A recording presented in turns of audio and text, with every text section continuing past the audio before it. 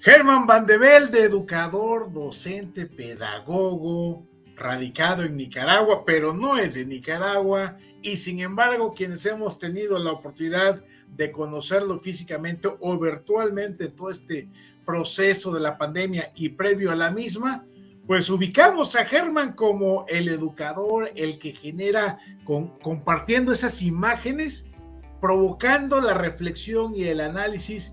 Sin embargo, este personaje que nosotros ubicamos en redes o en su trabajo docente tiene una historia de vida, y justamente la idea es de que nos compartas, mi estimado Germán, tu historia de vida aquí en Salud Cafetera. ¿Cómo estás? Bienvenido.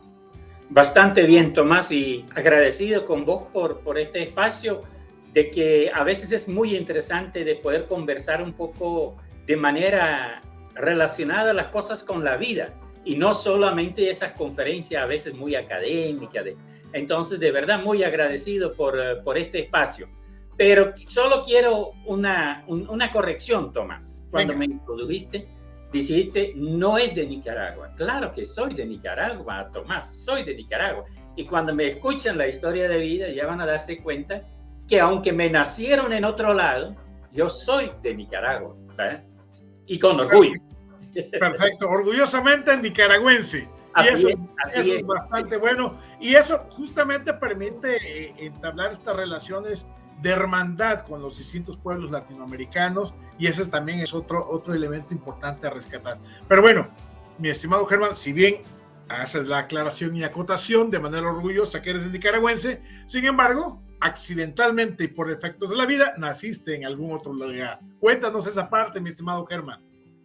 Sí, a mí me nacieron en Bélgica, de que no fue decisión mía, porque si hubiera sido decisión mía, hubiera nacido en América Latina, en nuestra América, creo yo. Pero bueno, ya sabemos, ¿verdad? Esas son cosas que uno no decide. Nací en Bélgica y en el 1956, de una familia de origen campesina, tanto mi mamá como mi papá, en un pueblito rural en aquel tiempo, a 15 kilómetros de Amberes. No siguieron después trabajando como campesinos, porque poco a poco también el pueblito, que solo de 3,000 habitantes en aquel tiempo. Entonces poco a poco también, ahorita por ejemplo, este es un pueblo muy cercano a Amberes y es como pasa la autopista, etcétera. Pues entonces ha cambiado totalmente. Pero en aquel tiempo era muy bonito, muy interesante vivir ahí, la vida social fue muy interesante, y más aún creo que porque mi papá tenía una función de que era supuestamente, le decían policía, ¿verdad? Pero realmente era como alguien que tenía que cuidar el campo, así se llamaba, cuidador del campo. Y entonces, pero más que todo era el trabajo social a nivel del pueblo, pero era el único. Entonces, cada problema que había a nivel social, a cualquier nivel, ahí tenían que buscar a él. Y entonces yo creo que eso también fue ya de hecho algo muy interesante y una influencia, de hecho, también en mi propia vida, ¿sí? Allí fue donde fui a la escuela primaria, en ese pueblito. Pero después de quinto grado me mandaron para un internado un poquito más lejos, porque allí no había secundaria. Entonces, además del mismo director de la escuela primaria, sugirió que fuera ya ahí a partir de sexto grado. También eso tenía que ver con otra cosa, Tomás, que el hecho de que a los 8 meses a mí me dio la polio. La polio. Y entonces de que esto también significaba de que era un poco difícil que yo pudiera ir en bicicleta o en aquel tiempo o en transporte público, ir a una escuela de secundaria en otro lado. Entonces por ahí a ese internado. El internado en sí yo lo disfruté muchísimo, porque era la época de los años 68, alrededor de ahí. Entonces, era una revolución en aquel tiempo de que uno como jóvenes, nosotros teníamos una libertad y podíamos hacer muchas cosas, tomar muchas iniciativas. Pero además de eso, en Bélgica me integré también a un movimiento juvenil, que también fue muy, muy interesante, muy bonito, primero como miembro de los chiquitos creciendo y después también a nivel de líderes del movimiento juvenil. Entonces, todas esas experiencias fueron muy importantes. Al final de secundaria fui a estudiar a Lovaina. En Lovaina estudié la carrera de Ciencias Pedagógicas durante 5 años. Lo que tal vez fue muy importante ahí es de que, como siempre digo yo, en las carreras universitarias uno tiene profesores que le encantan y otras profesoras o profesores que uno dice, ¡ay, qué horror! ¿verdad? Igual lo dicen de nosotros todavía ahorita también. Claro. Yo me acuerdo uno que era de la pedagogía social y que nos dio un listado de 10 o 15 libros que teníamos que leer y después comentar. Entonces, 2 de esos libros que yo seleccioné, de que uno era La pedagogía del oprimido de Paulo Freire y el otro libro era La desescolarización de la sociedad de Iván Illich, que en aquel tiempo vivía en Guadalajara, en México, creo que era Guadalajara. Y entonces, aunque Iván Illich no era mexicano, pero igual él también escribía desde el contexto latinoamericano. Y por supuesto, La pedagogía del oprimido de Paulo Freire, que tuvo un impacto muy fuerte. Igual porque yo así poco a poco también me fui integrando después de la universidad, específicamente en los comités de solidaridad con Nicaragua, con la Revolución Popular Sandinista, porque yo salí en el 80. Entonces, en el 79 fue el triunfo de la Revolución Popular Sandinista. También estaba en un comité de solidaridad con el pueblo, con la lucha del pueblo salvadoreño. Pero además yo tenía un hermano. Entonces, después de la universidad empecé a trabajar 3 años en una escuela normal en Malinas. Muy a ver, nada más vamos a hacer un pequeño alto ahí, mi estimado Germán, porque me interesa mucho no solamente esta línea de tu formación ya hacia lo profesional, sino tu formación humana, porque me parece, estoy convencido que tu formación, si bien tiene una presencia pedagógica, educativa, me parece que tu mayor presencia es desde lo humano. Y ahí, considerando el pueblo tan chiquito que comentas, donde naciste, de 3,000 personas más o menos, con tu padre haciendo una función no de policía, no de guardián, sino como una especie, digamos, de árbitro social, que quizá, y eso tú nos lo vas a compartir ahorita, eso generó un impacto en ti para tener una cercanía con la gente para lo que hoy conocemos como la cooperación genuina. Pero cuéntanos un poco de tu vida cotidiana en tu infancia, cómo te desarrollaste en familia, eres el más chico, el más grande, el mediano, cuántas hermanos eran, etcétera. Dale. Mire, yo creo que sí, Tomás, vos tenés toda la razón. Yo creo que en la formación de uno, o en mi caso por lo menos, yo hasta que, con frecuencia yo digo, yo los 5 años en la universidad aprendí más fuera de la universidad que en las aulas. Porque igual durante esos 5 años en la universidad tuvimos la experiencia de alquilar una casa con otros 5 colegas estudiantes. Entonces solo era entre las 6 teníamos que arreglar, gestionar la casa. Posteriormente, el último año en la universidad tuve todo un pleito, una lucha social con mis vecinos, porque yo fui a vivir en la periferia de Lovaina y entonces allí junto con unas personas mayores, adultos mayores, nos querían botar las casas. Al final lo hicieron, lo lograron, pero hicimos toda una lucha que al final nos dieron la razón, pero la injusticia era que ya habían botado la casa, nos habían dado alternativas. Pero bueno, ahora voy a regresar entonces a ese de la infancia. Mire, yo creo que nosotros hablamos mucho desde Abaco en Red y de la Fundación Pedagógica Cooperación Genuina, Tomás, de la identidad eco-persocial. Y tiene que ver mucho con cómo me identifico yo. Eco-per-social son las 3 dimensiones. La parte social, que ya en parte lo mencioné, la interacción social en la escuela, en el movimiento juvenil, en mi hogar también. Al otro lado también lo ecológico, que es el contexto donde uno está, en aquel tiempo Bélgica, y al otro lado también después aquí en Nicaragua, por supuesto, y últimamente los últimos 15 años a nivel de nuestra América.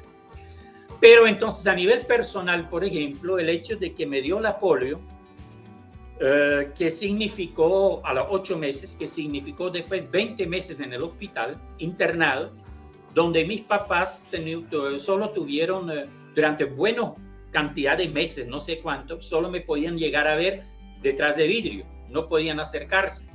El hospital no era en este pueblito chiquito, este era a 15 kilómetros. En aquel tiempo mis papás no tenían tampoco vehículo, entonces tenían que ir en bicicleta para ir a visitarme, pero también estaban trabajando. Entonces era una visita el miércoles y otra visita los domingos. Entonces eso, una vez que yo salí de ahí, empezó todo lo que era la fisioterapia. Entonces en la fisioterapia, esto también implicaba, primero, diariamente ir a ese hospital en bicicleta, yo detrás o en la canastita que tenían por ahí, en la bicicleta con mi mamá o con mi papá, o más adelante también con mi hermano mayor, hasta que yo todavía tengo recuerdo de eso, de que ahí Bélgica es plano, pero sí de repente hay un puente, entonces hay que subir, entonces que yo les ayudaba simulaba de ayudar con mis brazos, mis brazos en las piernas de ellos para ayudar a pedalar. Entonces son recuerdos muy, muy interesantes. Al otro lado también de que a nivel de la escuela, tanto de primaria en el pueblito, eso también era una experiencia social así, ¿verdad? De que me integraron, por supuesto, normal. Y aunque yo vivía relativamente cerca, una vez que yo ya podía caminar en bicicleta, más bien iba en bicicleta porque a pie era un poquito más difícil.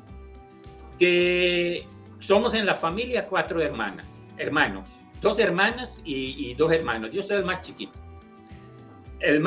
Y entonces también me imagino yo que para mí, como dicen siempre, que el más chiquito es el más consentido, ¿verdad? Pero al otro lado también esa cuestión, esa situación de la discapacidad física. Me operaron todavía 2 veces, que en las vacaciones grandes, como se dice allá, julio y agosto, tuve que estar sin poder caminar por las operaciones, uno a los 7 años y otro como a los 15 años.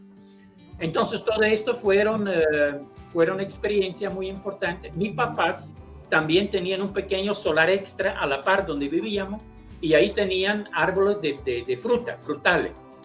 Pero entonces en julio y agosto, por ejemplo, era a nivel de toda la familia, teníamos que cortar la fruta para después enviárselo a una fábrica para ser procesado.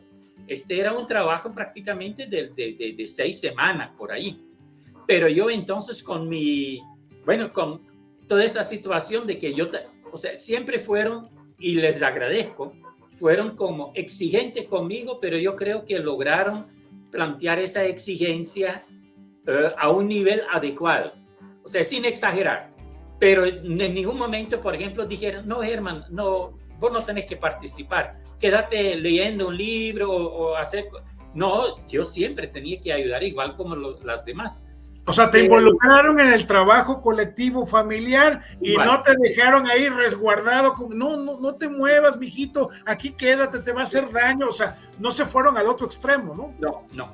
Y entonces, pero por ejemplo, a mitad de la tarde, a uno siempre había como una pausa para tomar un cafecito. Eso también en aquel tiempo, yo igual como muchos jóvenes, estábamos interesados en ver la Vuelta a Francia de ciclismo. Y entonces ellos me decían que yo fuera a hacer el café y que podía poner el televisor para que mientras también podía ver durante media hora, pues esa es la vuelta. Entonces la combinación adecuada, creo yo, de las cosas, pero sin disminuir el nivel de exigencia, ahí estaba. Igual para lo del ir al internado, eso fueron experiencias también donde también eso de la discapacidad física jugó un papel y en diferentes sentidos. Yo me acuerdo, Tomás, que en la clase de educación física yo a veces era el de mejor nota y otras veces casi me aplazaba. ¿Por qué? Eso depende de como yo me portaba, en el sentido de que yo no tenía que hacer todos los ejercicios porque había ejercicios que yo no podía hacer. Por ejemplo, correr, no podía. Pero ejercicios, por ejemplo, yo me acuerdo eso de que uno se agarra ahí arriba y entonces después las piernas para arriba, que más bien es con los músculos de la panza, ese sí yo lo podía hacer. O una de las cosas que yo podía hacer a excelencia era caminar en mis manos, con los pies para arriba. Yo caminaba la longitud de un campo de voleibol 1,5 veces, más o menos, por ahí. Entonces yo era el único que podía hacer eso. Pero en otro momento, cuando el profesor de repente se dio cuenta que yo me aprovechaba más bien de la discapacidad para no hacer las cosas, ¿verdad? Como con un poquito con mala, entonces bueno, ahí es donde él también, pero todo esto son como joven, como chiquito, como adolescente, son experiencias muy bonitas, muy interesantes que también le influyen a uno, ¿verdad? Oye, Germán, a ver, por lo que estás comentando, relatando, pareciera que independientemente del año, la época, en la familia como en la escuela, encontraste más o menos condiciones de inclusión, digamos, como le llamaríamos ahora, quizá no con el sentido que hoy le ponemos o le ponemos énfasis, pero sí encontraste ciertas condiciones que te permitieron desarrollarte personal y físicamente, ¿no? Totalmente, Tomás. Me acuerdo en el movimiento juvenil jugábamos fútbol, ¿sí? Jugábamos fútbol y de repente, bueno, yo podía hacer, o sea, yo jugaba con ellos también en función de lo que yo ponía. Tampoco en ese tiempo no era importante si yo ganaba, si nosotros ganábamos o no ganábamos. La cuestión era juego. Me acuerdo que teníamos otro colega, que un muchacho, un joven, que no podía ver, era ciego. Y entonces nosotros le poníamos en la portería. Pero compramos con el movimiento juvenil una pelota que tenía una campanita por dentro. Entonces era prohibido de tirar la pelota en el aire, solo sobre la tierra, solo sobre el campo, porque rodeando la pelota, entonces hacía ruido. Entonces el compañero, el colega de nosotros que era ciego, entonces podía escuchar por dónde venía. Pero por supuesto casi siempre cuando se tiraba justo después de que la pelota ya entró y nosotros riéndonos, no de él, sino más bien de la alegría, de que, bueno, y que fue algún, o sea, esas cosas fueron muy, muy interesantes en aquel tiempo. También los campamentos que hicimos, de que cómo íbamos en bicicleta. Yo tuve en algún tiempo ahí una bicicleta, ¿cómo se llaman esas bicicletas que son para 2 personas? De que, yo no me acuerdo cómo se llama, pero bueno, entonces yo en la parte de atrás y a veces hasta con la pata para arriba, ¿verdad? De que disfrutando de que el otro estaba haciéndole no, o sea, era de verdad una convivencia muy bonito, muy sana, y como vos decís, yo creo que yo he experienciado en aquel tiempo claramente eso de la inclusión, y no solo en Bélgica, igual.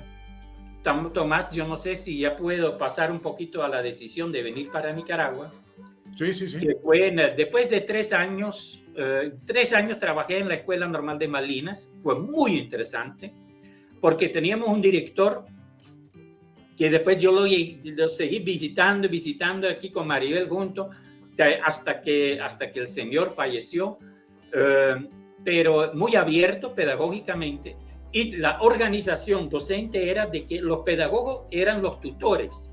Entonces, pero nosotros teníamos un tiempo completo con una sola sección, porque trabajábamos asignaturas de orientación mundial, pedagogía, didáctica, psicología. Entonces teníamos muchísimas horas con una sola sección.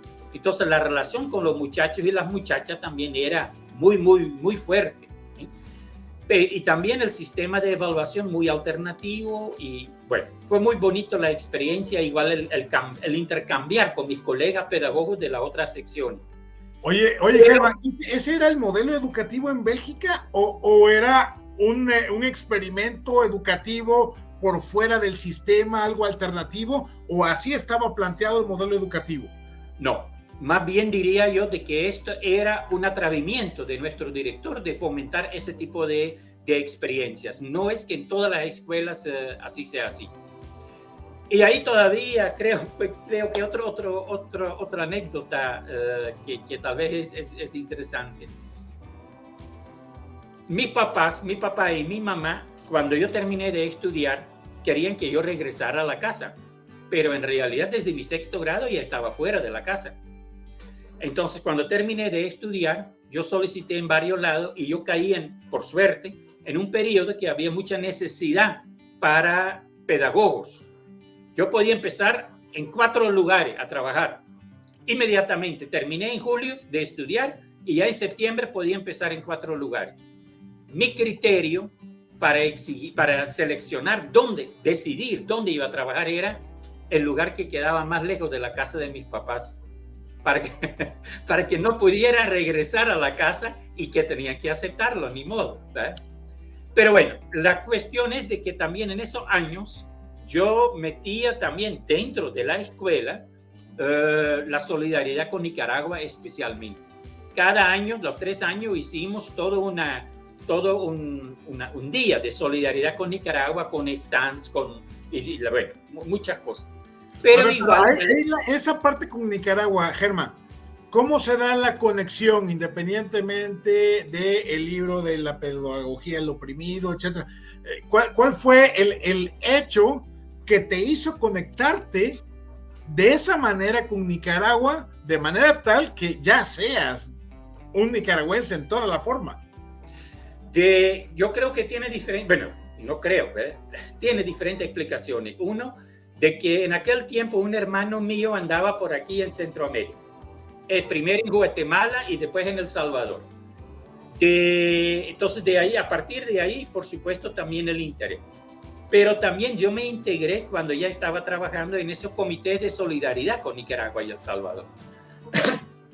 Y por supuesto, con el gran triunfo de la Revolución Popular Sandinista en el 79, eso todavía fue una razón más como para solidarizarnos. Ahí era la cuestión, por ejemplo, en el 81, la Gran Cruzada Nacional de Alfabetización, que fue un evento una experiencia de cooperación genuina aquí en Nicaragua enorme entre jóvenes, estudiantes y la gente en el campo, más que todo. Un intercambio. No fue ir a enseñar a leer y escribir.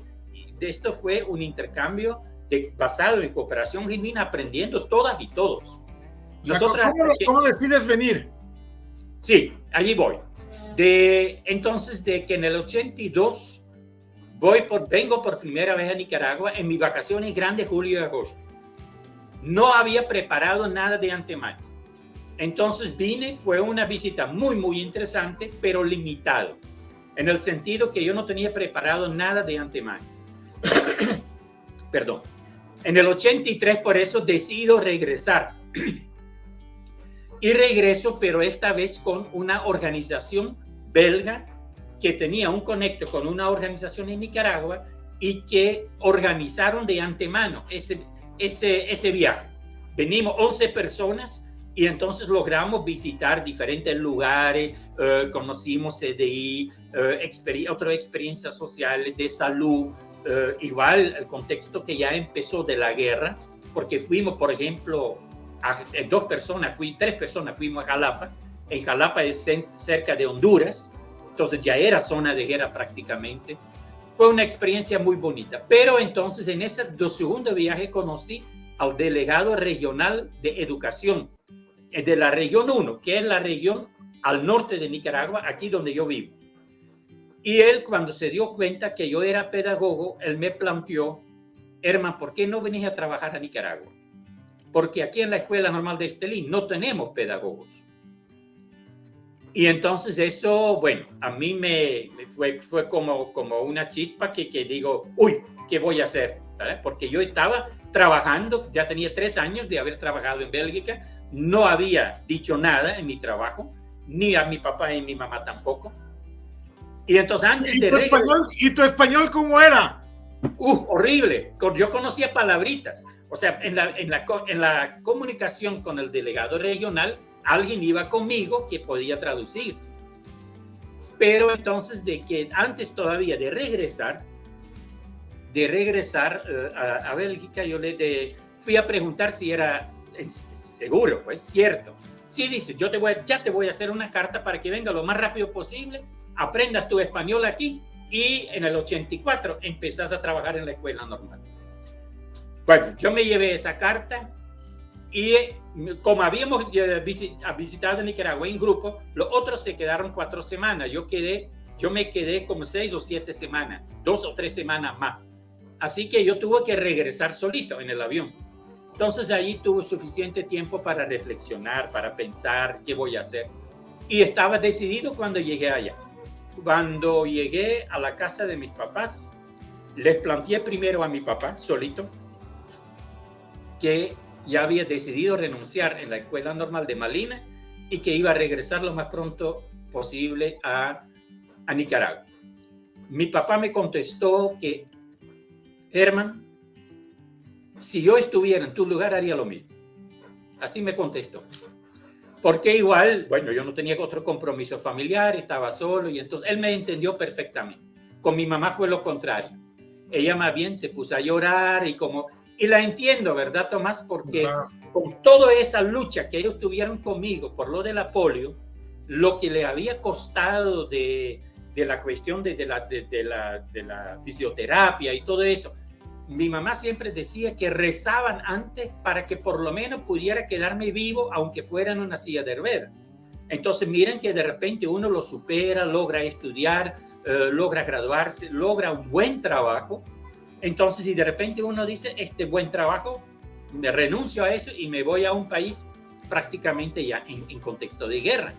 Oye, Germán, entonces ahí estamos hablando de una ruptura de lo que conocemos como movilidad social, o sea, de un pueblo chiquito, tú te profesionalizas, tendrías una expectativa profesional después de toda tu recuperación médica, física, etcétera, tendrías un amplio futuro o un buen futuro en el sentido tradicional del término, sí, desde una mejoría y movilidad social para tener estándares occidentales mejores de vida.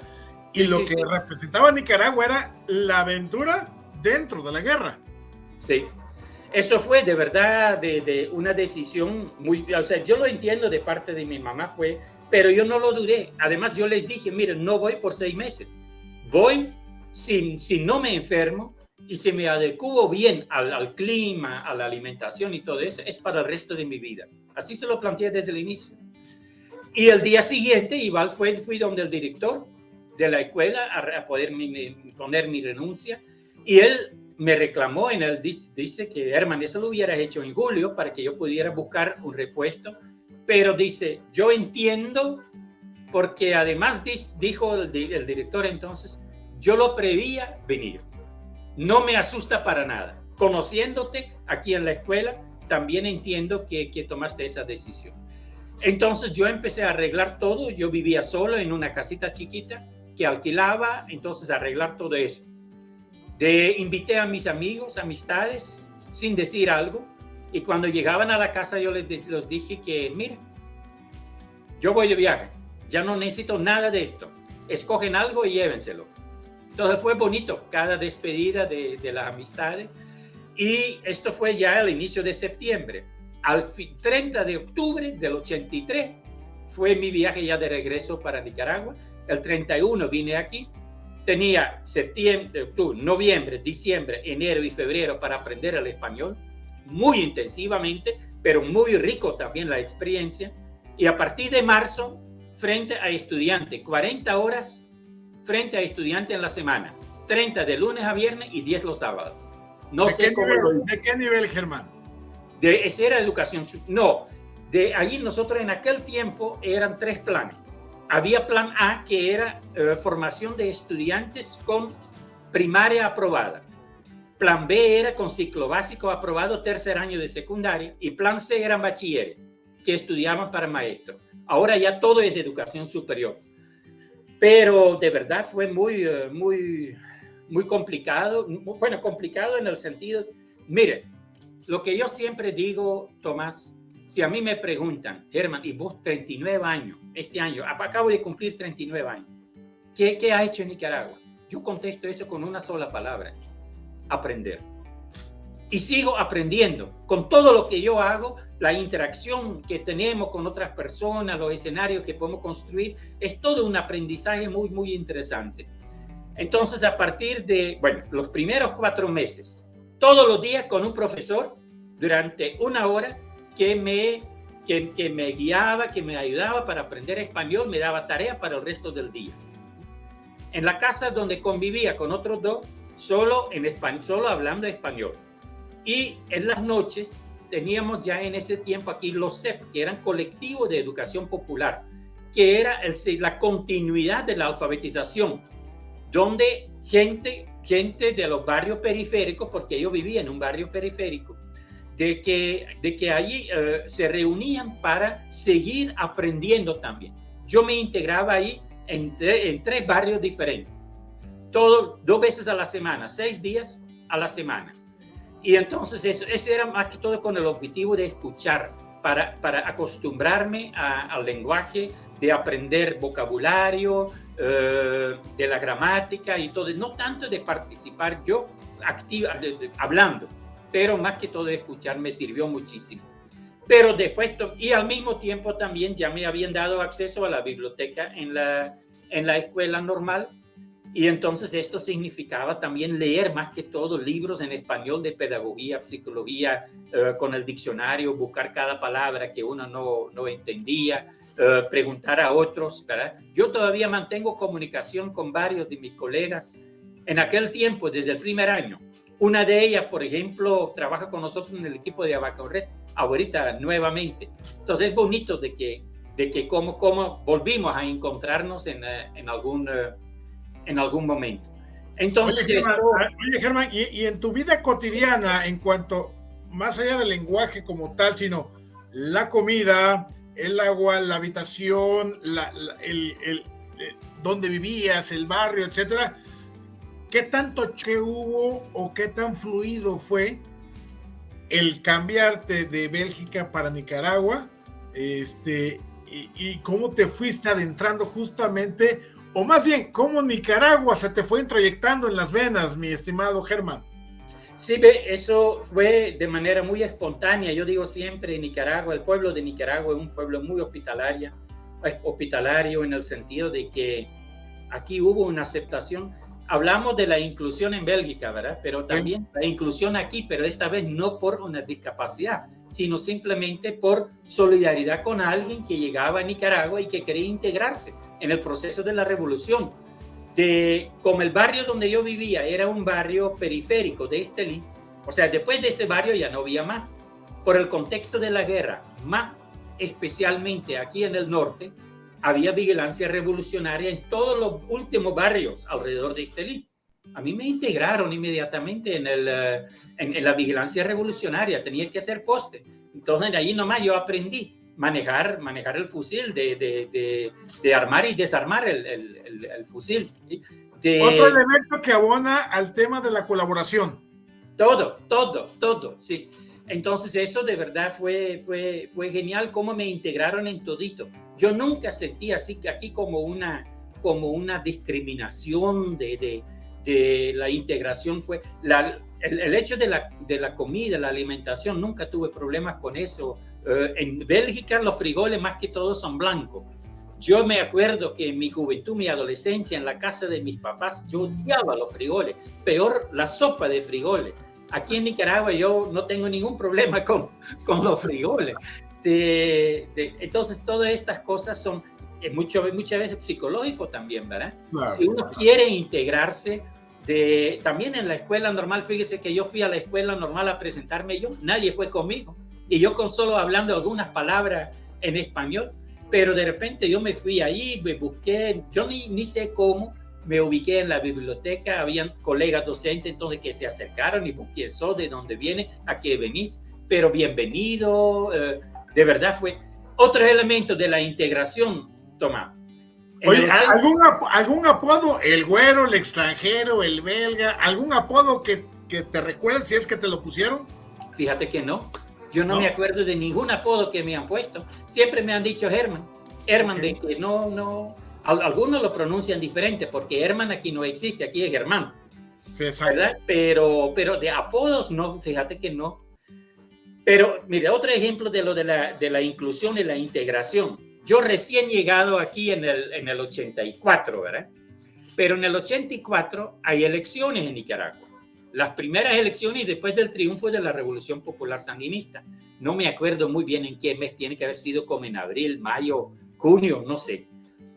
Pero los estudiantes de las escuelas normales fueron formados en brigadas para hacer trabajo cívico en el campo, para visitar los hogares, y para hacer el trabajo cívico, de que la gente fuera a votar para las elecciones. No es que me pusieron al frente de una brigada con estudiantes y yo con 3 o 4 meses prácticamente de estar aquí, yo me asusté de eso, pero fue una experiencia súper bonito, de que me tomaron en cuenta como cualquier otro. Otra experiencia es que como el área de nosotros era pedagogía, que de repente, eso ni en Bélgica me había ocurrido, pero que de repente me llaman a Managua, todos los pedagogos de las escuelas normales, porque nos vamos a una transformación curricular participativa. Bueno, entonces digo yo, pero ¿cómo se les ocurre llamar a mí, que yo acabo de venir, estoy aprendiendo apenas? Y de verdad también a nivel de contenido, a nivel académico, Tomás, era un segundo aprendizaje, un aprendizaje complementario. En Bélgica, Lovaina, un país capitalista, y aquí vengo a la Nicaragua, que apenas está construyendo sus currículos de pocos años. Mucho se retoma de Cuba, y de Cuba, por ejemplo, yo me acuerdo con la pedagogía que yo trabajé, el libro de texto que trabajé al inicio, una pedagogía de Sabin, de un ruso, un libro traducido al español en Cuba y que después aquí también se utilizaba. Oye, Germán, hay que ubicar el contexto de Nicaragua, un contexto de pobreza, de donde venía, ¿no? Pobreza, marginación, violencia, militarización, opresión, etcétera, etcétera. Y cuando tú hablas de construcción, estamos hablando justamente de ir dejando atrás esa parte con el triunfo de la llamada Revolución Nicaragüense y empezar a generar nuevas condiciones desde abajo, con la gente, de manera colectiva, desde la educación. Así es, y con mucha incidencia, porque desde la escuela normal, desde escuelas normales, formación de docentes de primaria, aún más incidencia en lo que pueda haber en el campo posteriormente, ¿verdad? Entonces, en este sentido, sí yo creo que fue no sé, ¿verdad? Pero fue excelente que yo pudiera empezar a trabajar en la escuela normal de Estelí, aquí donde tengo 39 años de vivir en Estelí. Entonces, trabajé 4 años en la escuela normal de Estelí con estudiantes, y ese fue sin vacaciones prácticamente, porque los sábados teníamos cursos de profesionalización a maestros empíricos que no tenían título todavía, que se iban formando, profesionalizando. Y en vacaciones, los cursos intensivos, donde ya pronto, después del segundo año, a partir del tercer año que yo estaba ahí, me daban ya como una responsabilidad a nivel de los cursos intensivos. Después de 4 años me llaman del Ministerio de Educación Regional, planteando si yo podría ir a trabajar en el Ministerio de Educación Regional como técnico de formación docente. Yo hasta ese momento fue el barrio y Estelí como municipio, y un poquito conociendo realidades de otros a través de mis estudiantes, pero no sin ir. A partir del momento que yo empiezo a trabajar en el 88, trabajar en el Ministerio de Educación Regional, entonces tengo la oportunidad de visitar casi todos esos municipios de donde venían mis estudiantes. Te puedes imaginar, Tomás, qué alegría, qué satisfacción poder encontrarme con esos estudiantes en sus escuelas, en sus lugares de vivir. Teníamos que dormir en esos municipios, a veces en las delegaciones municipales. No era que no había condiciones para dormir en hoteles, a veces en el piso, en un colchón, así, tranquilo. Pero toda esa vivencia fue tan rica, o sea, una nueva experiencia a nivel de todo era la región norte de Nicaragua, todo el departamento. Oye, a ver, Germán, ahorita que estás diciendo esa parte que se me hace sumamente interesante, cómo compaginarte con esa realidad cultural y vivencial. En las noches, ¿qué pensaba Herman Van de Velde con respecto a esa experiencia que estaba viviendo? Porque además no llegaste con esa presunción de que yo les vengo a dar la educación, sino que de manera humilde dijiste, vengo a aprender y a servir en lo que yo pueda en este proceso. En ningún momento de mi vida aquí en Nicaragua yo sentí como que mi tarea era lo que yo había aprendido en Bélgica de trasladarlo para acá. Para nada. Claro, lo que yo aprendí en Bélgica, tanto en mi vida social, en el hogar, familiar, la vida estudiantil fuera de la universidad y en la universidad, son cosas que en mi persona han incidido, no lo puedo negar. Pero en ningún momento yo sentí como que mi tarea era como que de venir a colonizar, lo contrario. Yo creo que más bien mi tarea aquí era aprender el complemento de mi aprendizaje de allá. Esa pedagogía rusa de la URSS en aquel tiempo, desde Cuba, fue con ese enfoque marxista. Entonces eran cosas diferentes, pero a mí me agradó mucho de poder complementar. Por eso yo digo, de verdad, ha sido un aprendizaje enorme. Además, yo digo que quien más aprende en las escuelas es el que está al frente, no son los estudiantes. Pero si vos sos un docente de verdad consciente y te preparas bien para hacer tu trabajo de facilitación, vos vas aprendiendo muchísimo. Y así fue en mi caso, Tomás, porque después a nivel de la región, visitando cada uno de esos municipios, las conversaciones con los delegados municipales, con maestras y maestras, con la población en general, fue excelente. Además, tuvimos, por ejemplo, una experiencia súper bonita en Jalapa, porque nosotros en la región teníamos 3 escuelas normales. Escuela Normal de Estelí, Ocotal y Jalapa, en el norte de Nicaragua, en la frontera, Jalapa. Pero entonces empezamos, por impulso del Ministerio de Educación, una transformación curricular en la Escuela Normal de Jalapa bajo el lema de formar maestras y maestros de Jalapa para Jalapa. Entonces, donde íbamos a construir un currículo muy participativamente con dirigentes políticos, dirigentes a nivel de la economía del municipio, de la representantes de la población en general, estudiantes de la escuela normal, docentes de la escuela normal, líderes comunitarios, etcétera. Todos estaban involucrados ahí, construyendo un nuevo currículo y nosotros acompañando como técnicos regionales, pero construyendo un nuevo currículum para una escuela para formación de maestros de la comunidad para la comunidad. Otra experiencia genial, pero ahí sí me frustré, porque en el 90 ese proceso no había culminado y en el 90 perdemos las elecciones aquí en Nicaragua. Y entonces de que a partir, bueno, en primer lugar la gran frustración por haber perdido las elecciones, y al otro lado, una vez que toma el poder el nuevo gobierno, ellos inmediatamente cortan el proyecto de Jalapa, de Ocotal también, y solo queda la Escuela Normal de Estelí. Y yo como internacionalista tuve que salir de la escuela normal, salir del Ministerio de Educación, porque ya con ese nuevo gobierno ideológicamente no teníamos coincidencia. Si yo me quedara, en todo caso me iban a correr. Claro. Y entonces ahí la única alternativa era pasar a la universidad. Y eso me costó muchísimo, porque yo no vine a Nicaragua para trabajar en la universidad, no era esa mi idea. Sin embargo, no era otra alternativa. Lo que me ayudó a superar ese momento difícil psicológicamente fue que inmediatamente, desde el primer año, yo me encontré con ex estudiantes de la Escuela Normal de Estelí, que ya se habían graduado como maestras y maestros, que ahora seguían estudiando una licenciatura en educación en la universidad. Entonces yo me volví a encontrar con ellas y con ellos. Y eso me ayudó mucho, porque más que todo yo trabajaba en las carreras de ciencias de la educación. Entonces esto fue bonito.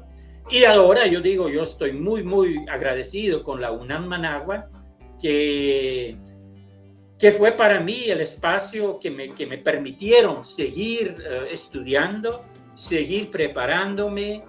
Y tengo que decir que tuve la suerte que siempre con la gente que me dirigía, con mi dirección, yo siempre he tenido como una una relación muy abierta y constructiva, pero también transparente.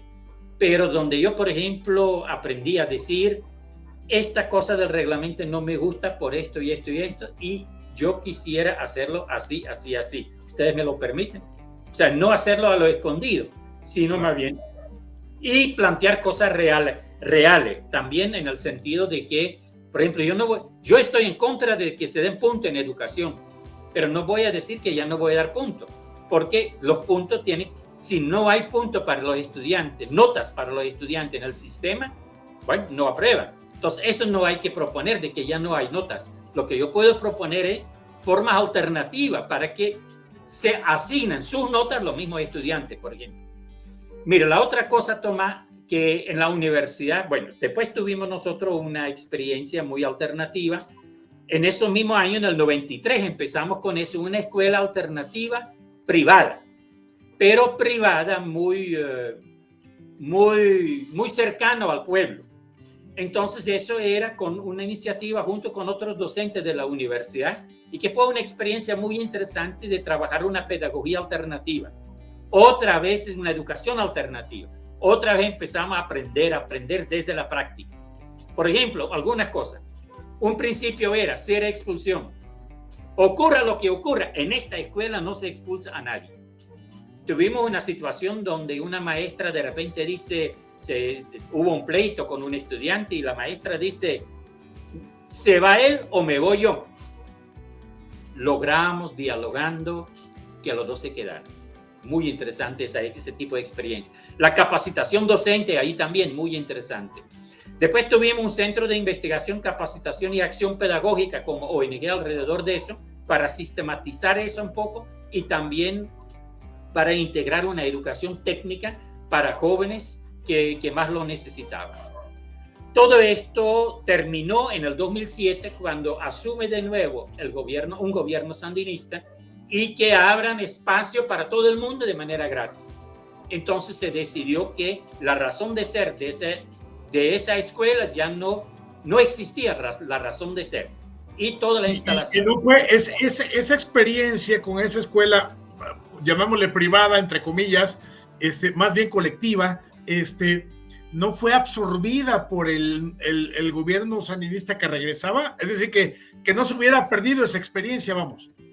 No, la experiencia no se perdió. Lo que sí, o sea, de que las escuelas públicas, a partir de ese momento, del 2007, de que vuelven a ser totalmente gratis y hay un boom, diría yo, de oferta también de educación técnica.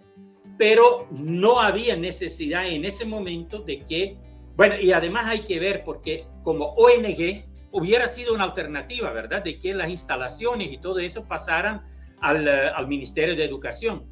Pero aquí en Nicaragua, cuando una ONG se deshace, entonces de que son los estatutos que deciden a dónde va.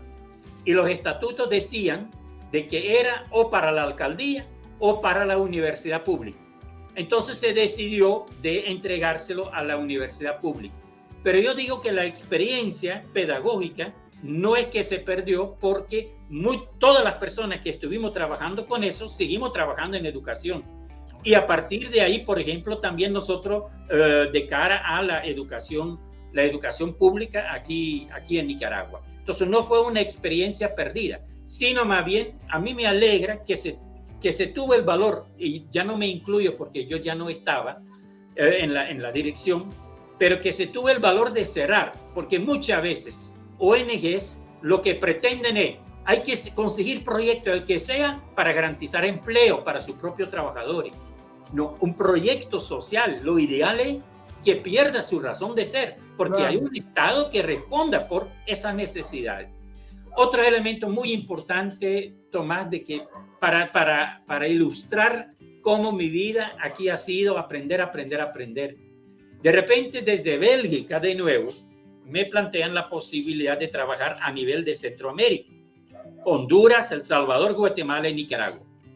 Y mi trabajo consistía en acompañar pedagógico y metodológicamente como más o menos a 15 organizaciones socioeducativas, iniciativas socioeducativas. Te puedes imaginar, Tomás, acompañar a esas iniciativas, ya con una experiencia enorme, con cada visita, la relación, la interacción que yo tengo con ellos, cómo voy aprendiendo yo. Claro. Pero además, yo ya como que ya casi tenía 10 años en la universidad, y el ambiente académico en la universidad es un ambiente cerrado, Tomás.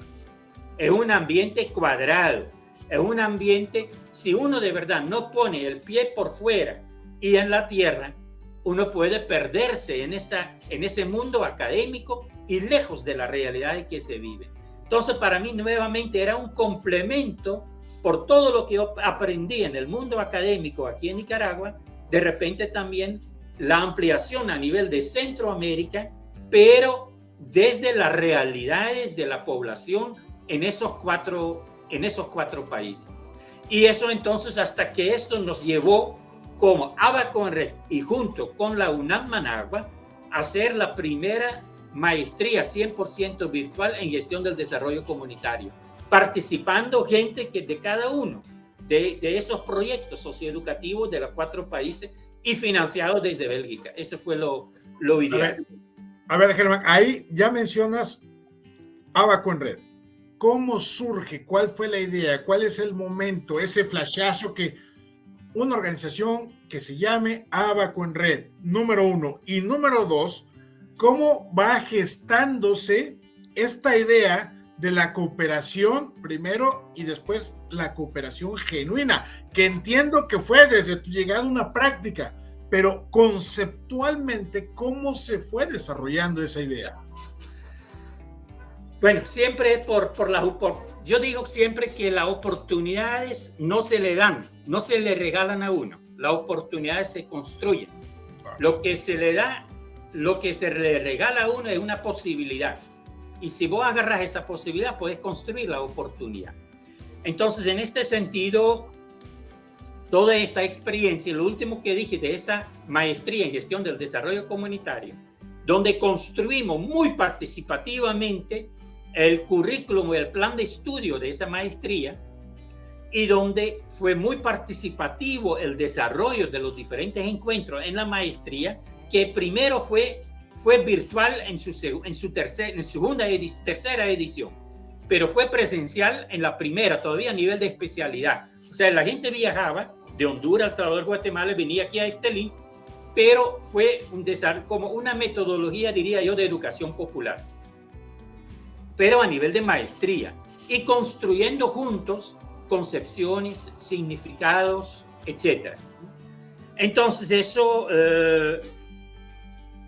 cuando llegamos al 2010, cuando termina el trabajo a nivel de Centroamérica, nosotros planteamos con un equipo, con la gente que conocemos, cómo lo vamos a hacer, porque hemos trabajado a nivel de Nicaragua, a nivel de Centroamérica, hemos sistematizado algunos elementos teóricos prácticos, estas sistematizaciones por ahí están y hemos aprendido muchísimo de eso, pero ¿no será que después de que Nicaragua, Centroamérica, también sería interesante compartir eso a nivel de América Latina?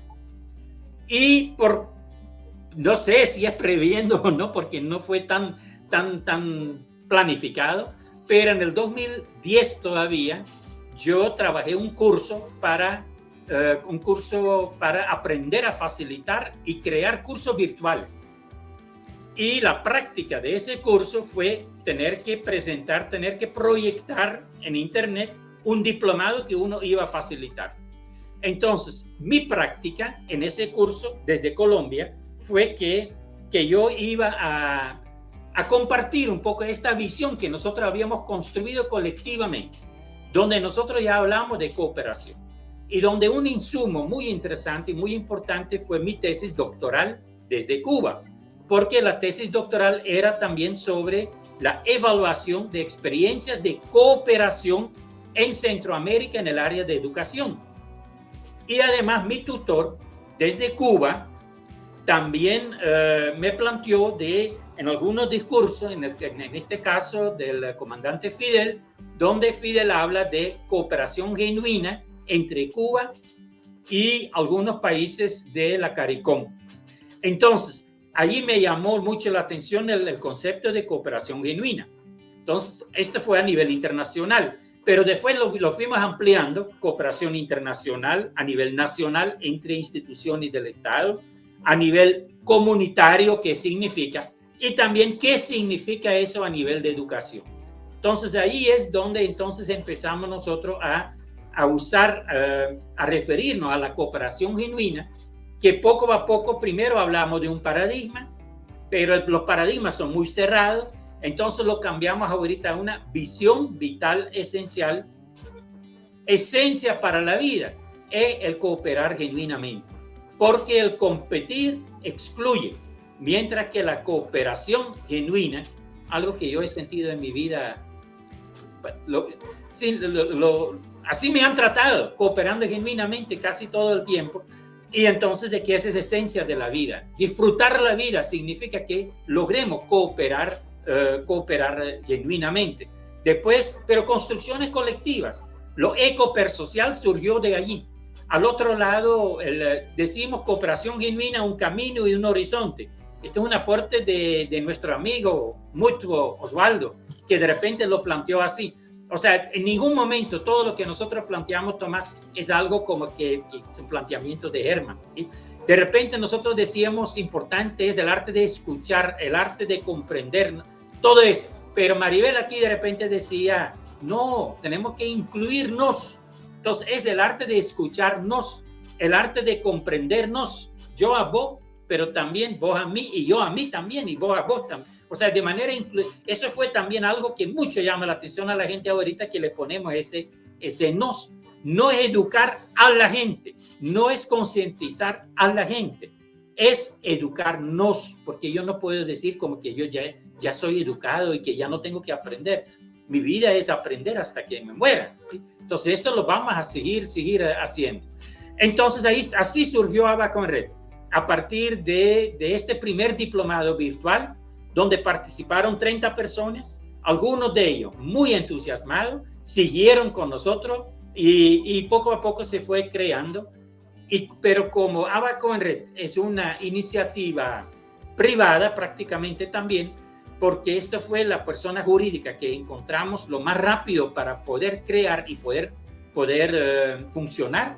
Pero entonces en el 2016, creo, 17, logramos también gestionar la Fundación Pedagógica Cooperación Genuina, que es, diría yo, la iniciativa hermana de Abaco en Red y que funciona como ONG con personería jurídica oficialmente aquí en Nicaragua como organización sin fines de lucro.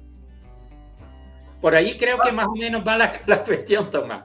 No, pues interesante, porque obviamente ya el tiempo lo traemos muy corto, pero me gustaría hacerte desde ahorita la invitación para que en algún momento hablemos ampliamente. Ahorita hablamos de tu vida, que me parece muy enriquecedora, pero para hablar en sí de la cooperación genuina, planteaste el mapeo del recorrido del término, concepto, cooperación genuina, lo institucional, internacional, etcétera. Después lo aterrizaste al tema educativo, pero para mí tiene que ver, por supuesto, algo más allá de lo eminentemente educativo, sino es un estilo de vida, finalmente, sí. En un contexto pospandémico, lo de pospandémico entre comillas, pero bueno, en donde la pandemia nos pone sobre la mesa que o modificamos ciertas actitudes, conductas y valores, o simplemente nos carga el payaso, como se dice coloquialmente, ¿no?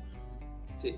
Ya no somos tampoco, nosotros no somos lo único que plantean eso, ¿verdad, Tomás? De que si queremos, entre comillas, sobrevivir, no como humanos, sino como tierra, claro. Y bueno, a nivel, bueno, tenemos que aprender a cooperar genuinamente. Y también como fuente o insumo para el análisis, Tomás. Si yo miro las organizaciones internacionales y entonces hacen una licitación de proyectos porque quieren cooperar, dicen, pero hay que llenar hay que llenar el formato que ellos deciden.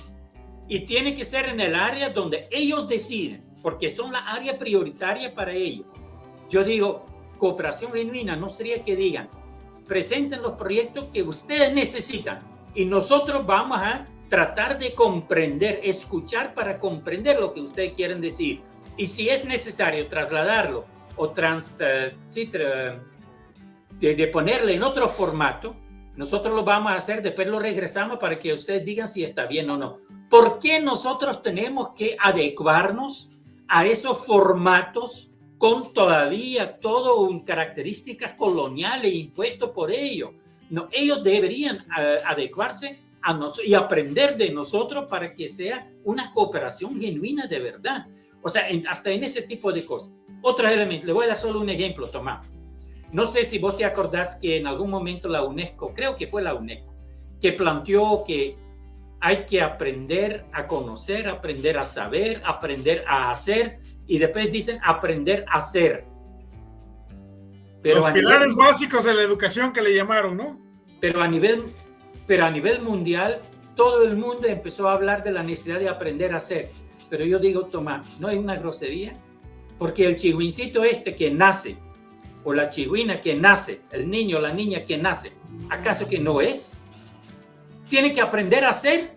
A mí me parece una grosería decir que tiene que aprender a ser. Otra cosa es que yo digo, tiene que pasar por todo un proceso de aprendizaje para ir creciendo como persona dentro de su comunidad, pero en todo caso deberíamos decir aprender a ser siendo, no aprender a ser así nomás, pero nadie lo critica. Entonces, y así hay la educación basada en competencias, Tomás, ese está impuesto a nivel de todo el mundo, pero hay que investigar de dónde viene eso.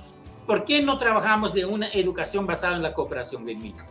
Claro que no, por el momento, por lo menos no, porque las competencias se refieren al producto final, pero desde mi punto de vista, desde la cooperación genuina, más importante que el producto final en este momento es el camino que llevamos.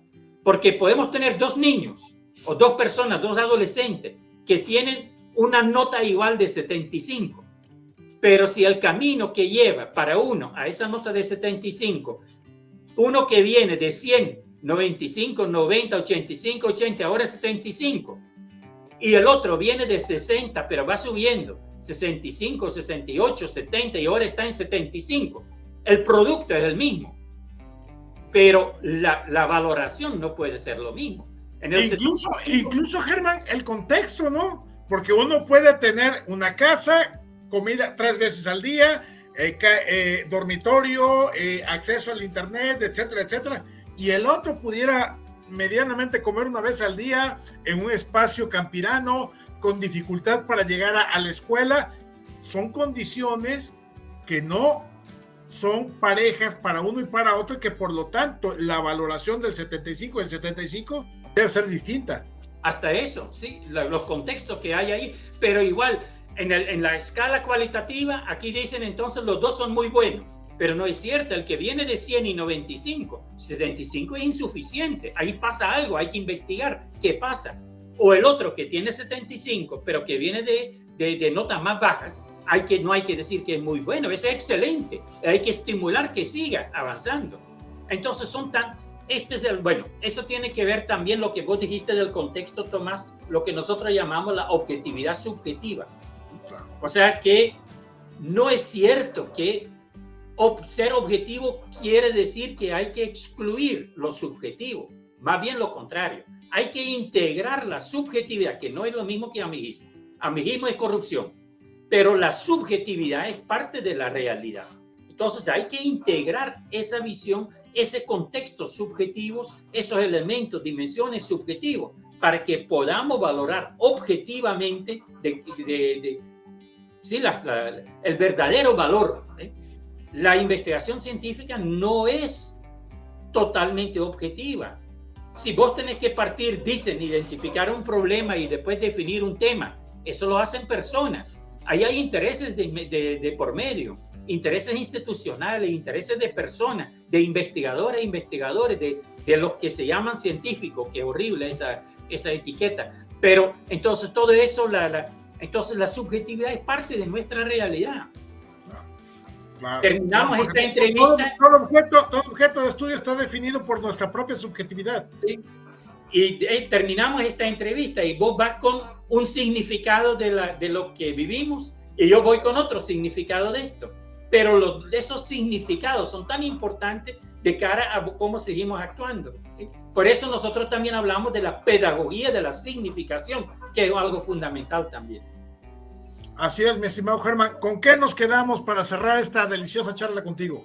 Una invitación a todo el mundo de que vayamos viendo algunos elementos, algunas cositas chiquitas, contextos pequeños, donde podamos ir aprendiendo a cooperar genuinamente.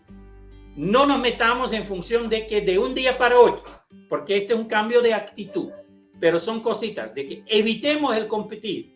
En la casa, si tenemos hijos, no le digamos a uno, mira a tu hermano que bien lo hace. No. Los hijos son diferentes. Entonces, de que encontremos contextos muy pequeños donde podamos realizar el cambio. Porque, el primer contexto de eso es aquí adentro, uno mismo. Porque no puedo transformar mi contexto, mi alrededor, si yo no cambio. Entonces, esta es una invitación, creo yo, Tomás, y donde yo la parte personal, histórico, así, de mi vida, yo creo que no la puedo desligar totalmente también de esta visión vital esencial de la cooperación genuina. Atrevámonos, enredémonos y atrevámonos. Y muchas gracias por este espacio. Gracias a ti, mi estimado Germán, y espero que podamos prontamente dialogar exclusivamente con la cooperación genuina, con todo este antecedente de esta charla, con todo este bagaje que nos has compartido y que te agradecemos profundamente, y para hablar justamente de esta cooperación genuina, más allá de lo institucional, más allá de lo organizacional, más allá de lo educativo, más allá, y adentrarnos a la parte vital de la vida misma, en esa parte de la cooperación genuina. Te mando un fuerte abrazo a la distancia hasta Nicaragua, mi estimado Germán. Amigas y amigos, gracias por acompañarnos aquí en Salud Cafetera. Soy Tomás González Corro. Saludos.